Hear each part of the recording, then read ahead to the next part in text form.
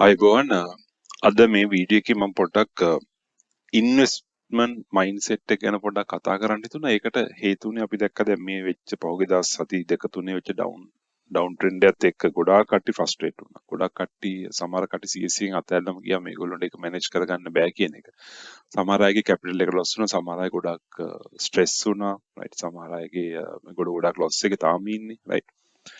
එතකොට ඒත් එක්කම අපි දැක්කා මේගොල්ලෝ ස්ට්‍රෙස් වෙලා මේගොල්ලෝ සෑහෙන සෝෂල් මීඩියා through ඒගොල්ලෝගේ ඇන්ග්‍රි එක රයිට් ඒගොල්ලෝ එක එක්ස්ප්‍රෙෂන්ස් දානවා එක කට්ටියට බෝල් පාස් කරනවා ස්කේප් ගෝට්ස්ලා හොයනවා. හැබැයි මේකත් එක්ක මට හිතුණා මේ මයින්ඩ්සෙට් එක රයිට් මේ මයින්ඩ්සෙට් එකේ ප්‍රශ්නයක් තියෙන්නේ රයිට් ඒ හරි මයින්ඩ්සෙට් එක හදාගත්තා නම් මේ ප්‍රශ්න ගොඩකට විසඳුම තියෙනවා කියන එක හරි. ඉතින් ඒ හින්දා මම මේ වීඩියෝ එකේ කල්පනා කරා මේ ටොපික් එක පොඩ්ඩක් කතා කරන්න earn save and invest let investment to manage your life කියන එක. හරි? මම දකින විදිය right මම දකින විදිය වැරදි වෙන්න පුළුවන්. නමුත් මම CSC එකේ සහ මම life එක දකින විදිය ගැන යම් අයිඩියා කීපයක් දෙන්න. හරි? දැන් මෙතන ප්‍රධාන වශයෙන් CSC එකේ ඉන්න කට්ටිය මට දැනෙන විදිහට more than 95% විතරම ඉන්නේ traders ලා right. හුඟක් කට්ටිය short term trading මේක daily involve වෙන කට්ටිය right. කීප දෙනෙක් විතරයි ඉන්නේ මේක medium to long term සහ එහෙම නැත්නම් long term investment බලන ඉන්න කට්ටිය. හරි. එතකොට මේගොල්ලෝ මෙතන ඉන්න පිරිසකින් ඇයි CSC එකට ඉන්නේ කියලා අහුවොත් එහෙම ගොඩක් හේතු දෙකයි. හුඟක් ගත්ත තමයි එකක් එයාලගේ දැනට තියෙන ඉන්කම් එක මදි. low income එක සහ high expenses. ඔය දෙකත් එක්ක ආපු financial difficulty හින්දා CSC එකට ආපු පිරිසක් ඉන්නවා. right. එතකොට low income එකක් වෙන්න පුළුවන් හේතු කොහොමද? එකක් තමයි එයාලගේ salary එක වැඩි වෙන්නේ නැහැ. fixed salary එකක් තියෙන්නේ. right. එහෙම නැත්නම් salary එක අඩු වෙලා. right. salary workers like salary අඩු වෙලා salary cuts ගිහිල්ලා එතකොට ප්‍රශ්න. ඒ expenses එකත් එක match වෙන්නේ. right. අනිත් එක තමයි scale down වෙච්ච එහෙම නැත්නම් bankrupt වෙච්ච business හින්දා. right. ඒ business owners ලා ඉන්නවා. tile import කරපු කට්ටිය ඉන්නවා. එතකොට car sales කරපු කට්ටිය ඉන්නවා. ඒවා නැතුව අනිත් import business කරපු කට්ටිය ඉන්නවා. ඒවා ගොඩක් හිට් වෙලා තියෙන මේ ඩොලර් ක්‍රයිසිස් එකත් එක්ක. right. ඒ වගේ පිරිසක් ඉන්නවා මේ CSC එකේ. අනිත් එක තමයි other income sources අඩු වෙච්ච කට්ටිය. ඒ කියන්නේ දැන් හුඟක් වෙලාවට කොළඹුවට රයිට් ඒගොල්ලෝ හවුස් එක නැත්නම් කාමර රෙන්ට් දීපු අයගේ රෙන්ට් ඉන්කම් එක අඩු වෙලා තියෙනවා. ඇයි? ගොඩක් පිරිස් දැන් අවුට් ස්ටේෂන් වල ඉඳන් කොළඹ ආපු කට්ටිය අඩු වෙලා තියෙනවා. ඒගොල්ලෝ අවුට් ස්ටේෂන් වල ඉඳන්ම වැඩ කරනවා. රයිට් සමහර ඔෆිසස් තියෙනවා. ඒගොල්ලෝ ස්කේල් ඩවුන් කරා. ස්කේල් ඩවුන් කරලා හොට් ෂීට් විතරක් තියාගෙන ගොඩක් ගෙදර ඉඳන් work from home එක දීලා තියෙනවා. රයිට් ඒත් එක්කම එතකොට මේ ලෑන්ඩ්ලෝඩ්ස්ලාට එයාලගේ ඉන්කම් එක අඩු වෙලා තියෙනවා. ගොඩක් software companies බලන්න තාම work from home. අනිත් ඔෆිසස් උත් එහෙමයි. රයිට් ඒගොල්ලෝ ස්කේල් ඩවුන් වෙච්ච පොඩි ඔෆිස් වලට තමයි shift වෙලා තියෙන්නේ. එකක් ඔෆිස් එකටත් හොඳයි, කම්පැනි එකටත් හොඳයි. ඒගොල්ලෝ රෙන්ට් එක අඩු කරගන්න පුළුවන්. හරි. අනිත් පැත්තෙන් ලෑන්ඩ්ලෝඩ්ලාට හිට වෙනවා. right? මේ වගේ ගොඩක් හේතු හින්දා ඉන්කම් එක අඩු වෙච්ච කට්ටිය ඉන්නවා. right? අනිත් පැත්තෙන් expenses වැඩි වෙනවා. right? expenses ප්‍රධානම කාරණේ inflation එක. right? දැන් inflation එක අපි දන්න ලංකාවේ official rate එක 15% වුණාට unofficial rate එක more than 40%. construction sector එකේ මම හිතන්නේ daily මේක වැඩි වෙනවා. right? අනිත් ඒවාත් එහෙමයි food inflation එක වැඩි right මේ හැමදේම වැඩි වෙනවා. right? දැන් companies උත් ඒක consumer ට pass කරනවා මේක. right? හැබැයි consumer උනත් දරා ගන්න බෑ. ඒතකොට එකක් expenses වැඩි වෙනවා. right? මේ prices වැඩි වෙන එක. අනිත් එක තමයි needs වැඩි වෙන එක.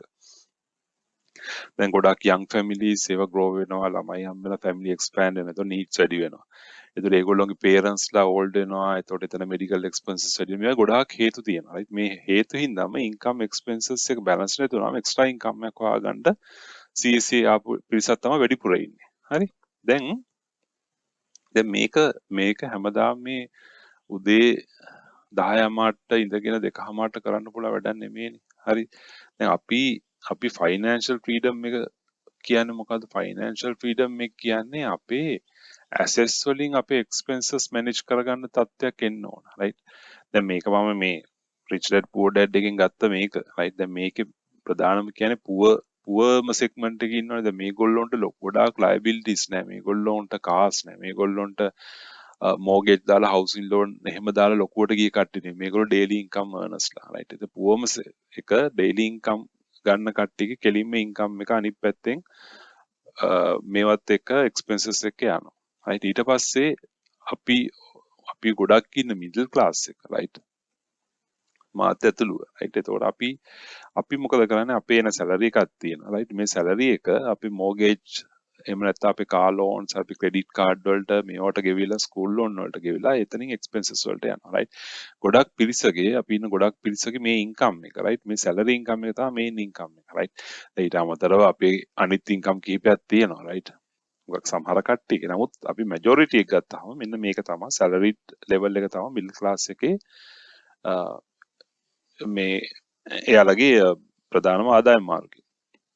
හැබැයි මෙතන රිච් කියන්නේ අපේ ෆයිනෑන්ෂල් ෆ්‍රීඩම් එකට එනවනම් රයිට් එතන අපිට ඩේලි අපිට ජොබ් එකක් කර නෑනේ අපි අපේ ඇසෙස් ටික වැඩි කරගන්න ඕන අපිට ඉන්කම් එකක් එන්න පුළුවන් අපේ ස්ටොක්ස් වෙන්න පුළුවන් රියල් ස්ටේට් වෙන්න පුළුවන් රයිට් එහෙම නැත්නම් අනිත් ප්‍රොපර්ටිස් රයිට් මෙතන එන කෑෂ් ෆ්ලෝ එකෙන් මෙතන එන කෑෂ් ෆ්ලෝ එක රයිට් මෙතන තමයි අපේ ඉන්කම් එක වෙන්න ඕන එතනින් තමයි අපේ එක්ස්පෙන්සස් ටික යන්නේ රයිට් දැන් මෙතනට තමයි අපි එන්න try කරන්න ඕන තේරුණාද අපිට හැමදාම අපිට මැරෙනකම් රයිට් මේක මෙතන ස්ක්‍රීන් එක දිහා බලාගෙන රයිට් 10:30 ඉස්සරන 9:30 පටන් ගත්තේ 2:30 වෙනකම් මේක කරන්න බෑනේ රයිට් හැමදාම මේ මාකට් එක ට්‍රේඩින් උත් නෑ ඔයගොල්ලන්ටම තේරෙලා ඇති රයිට් සමහරවල් දවස් වෙනවා අවුරුදු ගාණක් මාකට් එකේ කිසිම ට්‍රේඩින් ඔපචුනිටි එකක් නෑ ඒකට හැමදාම මේක කරන්න පුළුවන් වැඩක් නෙමෙයි රයිට් ඒකට අපි අපේ කැපිටල් එක කරලා අපිට රියල් බිස්නස් වල අපි ඉන්වෙස්ට් කරන්න ඕන රයිට් ඒක තමයි අන්තිමට අපේ ගෝල් එක වෙන්න ඕන මට ඕනේ කොහොම හරි දොර ජනෙල් ටික ඉවර කරගන්න.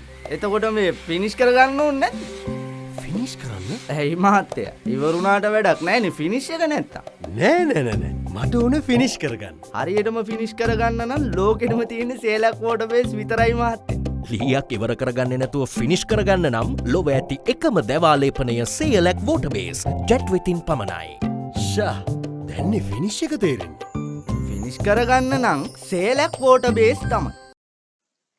දැන් මෙතන හුඟක් කට්ටියට මේ ට්‍රේඩින් ඉන්වෙස්ටිං කියන එකේ උතන ඩිෆරන්ස් එකක් තියෙනවා රයිට් අපිට මං එක්ස්ට්‍රීම් ගත්තොත් එහෙම රයිට් දැන් මේ මෙතන උඩම තියෙන ට්‍රේඩින් ලෙවල් එක රයිට් ඒක ට්‍රේඩින් ගත්තොත් trading is the main income it covers all expenses තේරුණාද ඒක තමයි අල්ටිමේට් ට්‍රේඩර්ස්ලා ෆුල් ටයිම් ට්‍රේඩර්ස්ලා එතකොට ඩේ ට්‍රේඩින් හරි එතකොට මේගොල්ලෝ ට්‍රේඩින් for living රයිට් එතකොට එයාලගේ ජොබ් එක ඒක රයිට් ඒක තමයි මේන් ඉන්කම් සෝස් එක වෙන්නේ. ඊට පස්සේ ගිහපම ඉන්නවා ඒගොල්ලන්ට තව ඉන්කම් සෝස් තියෙනවා have other income trading covers part of the expenses.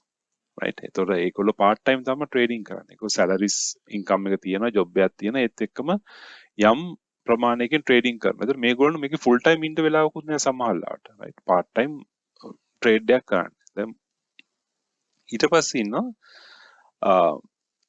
ඒගොල්ලන්ට ඉන්කම් තියෙන. ඒ කියන්නේ ෆුල් ඒගොල්ලන්ගේ එක්ස්පෙන්සස් කවර් කරගන්න ඕන තරම් වෙනත් ආදායම් මාර්ග තියෙන. හැබැයි ට්‍රේඩ් කරන්නේ trading is for increasing the capital. right ඒ කියන්නේ තමන්ගේ කැපිටල් එක වෙන දවසක අනාගතයේ ආයෝජනය කරන්න බලාපොරොත්තු ඉන්වෙස්ට් කරන්න බලාපොරොත්තුෙන් right ඉන්න කට්ටියක් තියෙනවා. දැන් මම පර්සනලි මම දකින්නේ මම ඉන්නේ මේ තර්ඩ් කැටගරි එකේ කියන එක. right මගේ එක්ස්පෙන්සස් කිසිම දෙයක් ට්‍රේඩින් එකෙන් කව වෙන්නේ නැහැ රයිට්. ඒකට මට අනිත් ආදායම් මාර්ග තියෙනවා. ඒකට මම ට්‍රේඩ් කරලා මම කැපිටල් එකක් ඉන්ක්‍රීස් කරන්න බලාපොරොත්තු වෙනවා. රිටයර්මන්ට් එක බලාපොරොත්තු වෙනවා. රයිට්.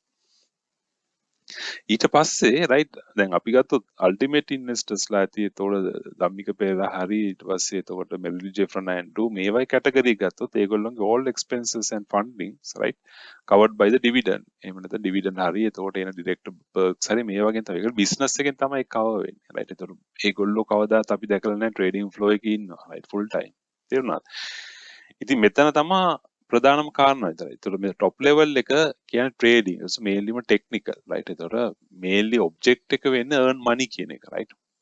මේ টොප් ලෙවල් එක. අපි සල්ලි හොයන්න තමයි අපි මෙතන එන්නේ, රයිට්. ඒතකොට අපිට මොකද්ද ෆන්ඩමෙන්ටල්ද මොකද්ද කියන එක අදාළනේ. අපිට LOFC ට්‍රේඩ් කරලා සල්ලි ගන්න පුළුවන් නම් එච්චරයි. CLC ට්‍රේඩ් කරලා සල්ලි ගන්න පුළුවන් නම් එච්චරයි. ඒ ගානම හේලිස් එක ට්‍රේඩ් කරලා එනවා නම් එච්චරයි. ඒ ගානම එක්ස්පෝර්ට් ට්‍රේඩ් කරලා එනවා එච්චරයි, රයිට්. හැබැයි මෙතන මේ කෝණ එකට ආපුවම ඉන්වෙස්ටිං මයින්ඩ්සෙට් එකට ආපුවම අපිට earn money නෙමෙයි. අපි ප්‍රධාන බලාපොරොත්තු creating wealth කියන එක. right? ඒතර අපි ගන්නේ අපි බිස්නස් එකෙන් පාර්ට් එකක් ගන්නවා කියන. ඒතකොට valuation කියන කතන්දර එනවා. තේරුණාද?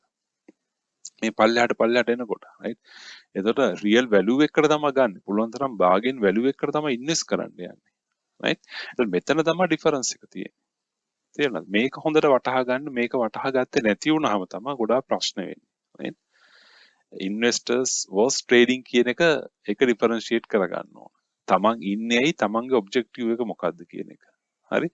දැන් ගොඩක් කට්ටිය ෆන්ඩමෙන්ටල් හොඳම ෂෙයාර්ස් අරගෙන right හැබැයි ඒගොල්ලොන්ට මේකේ යාලා ඉන්නේ මෙතන ට්‍රේඩින් කරන්න බලාපොරොත්තු වෙන. සමහර ඒවා තියෙනවා ඒවා ට්‍රේඩබල් ෂෙයාර්ස් නෙමෙයි. right ෆන්ඩමෙන්ටලි හොඳ එක ට්‍රේඩ් වෙන්නේ.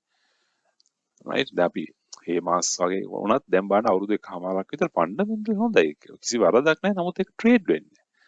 ඒතර ඒගොල්ලෝ ස්ටක් වෙනවනේ. තේරුණාද? එතන පොඩ්ඩක් කල්පනා කරන්න ඕන. තමන් මොකද්ද කරන්න යන්නේ? මොකද්ද ට්‍රේඩ් කරලා ගන්න පුළුවන්. ඉතින් මේක මික්ස් එකක් තියාගන්න. මම දන්නා හුඟක් කට්ටිය right හුඟක් කට්ටිය ඉන්නේ මෙන්න මේ ලෙවල් එකේ. right මෙතන සෙකන්ඩ් or තර්ඩ් ලෙවල් එකේ. ඒතකොට මේ සෙකන්ඩ් තර්ඩ් ලෙවල් එකේ ඉද්දී ඉන්වෙස්ට්මන්ට් ට්‍රේඩින් මයින්ඩ්සෙට් එකක් ඒ කියන්නේ මේ මික්ස් එකක් හදා ගන්න ඕන. යම් ප්‍රමාණයක් ඉන්වෙස්ටින් තියාගෙන යම් පර්සන්ටේජ් එකක් ට්‍රේඩින් වලට යන්න ඕන. right මම හිතන්නේ හැමදාම කියලා තියෙනවා.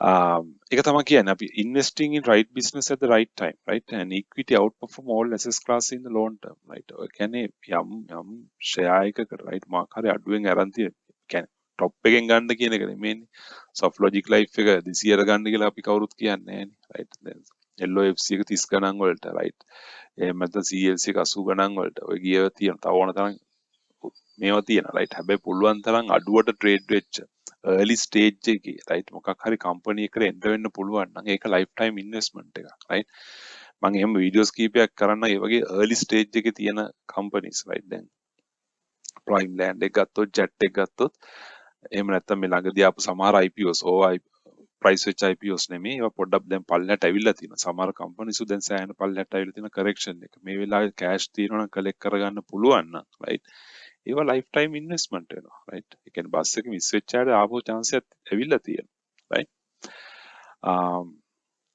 දැන් මෙන්න මේක අන්තිමට right මේක තමයි කියන්න ඕන right long term holder කෙනෙක් වෙන්න බලන්න right business එක අරගෙන ඒ business income එකෙන් right තමන්ගේ ලයිෆ් එක යන්න ඒ කියන්නේ ඉන්වෙස්ට්මන්ට් එක ලයිෆ් එක මැනේජ් කරන්න දෙන්න right අපිට හැමදාම මේ ස්ක්‍රීන් එක බලාගෙන ස්ට්‍රෙස් වෙවි මේ ට්‍රේඩ් කරන්න බෑ right අපි හැමෝම වයසට යනවා right හැමදාම මේක කරන්න පුළුවන් වෙනනේ අපිට එක කාලයක් යනවා ස්ක්‍රීන් එක දිහා පැයක් බලාගෙන ඉන්න බැරි වෙච්ච අපිට ඇස් පේන්නේ නැති කාලයක් එනවා රයිට් ඒ කාලේ වෙනකොට අපේ ලයිෆ් එකේ යන්න පුළුවන් ඉන්වෙස්ට්මන්ට් තියෙනවා රයිට් ට්‍රේඩින් කරන එක ෆුල් ටයිම් යනවා කියලා හිතා ගන්න එපා ෆුල් ටයිම් කැපිටල් එකක් හදාගෙන ඉන්වෙස්ට්මන්ට් කරගෙන මෙන්න මේ ලෙවල් එකට යන්න බලා ගන්න ලොන් ටර්ම් හෝල්ඩින් ලෙවල් එකට right ඒන ඩිවිඩන්ඩ් එකට ඒන රෙන්ට් ඉන්කම් එකට අපි එන මොකක් හරි ඉන්කම් සෝස් එකට වාගේ එක්ස්පෙන්සස් කවර් කරගන්න ලෑස්ති වෙන්න.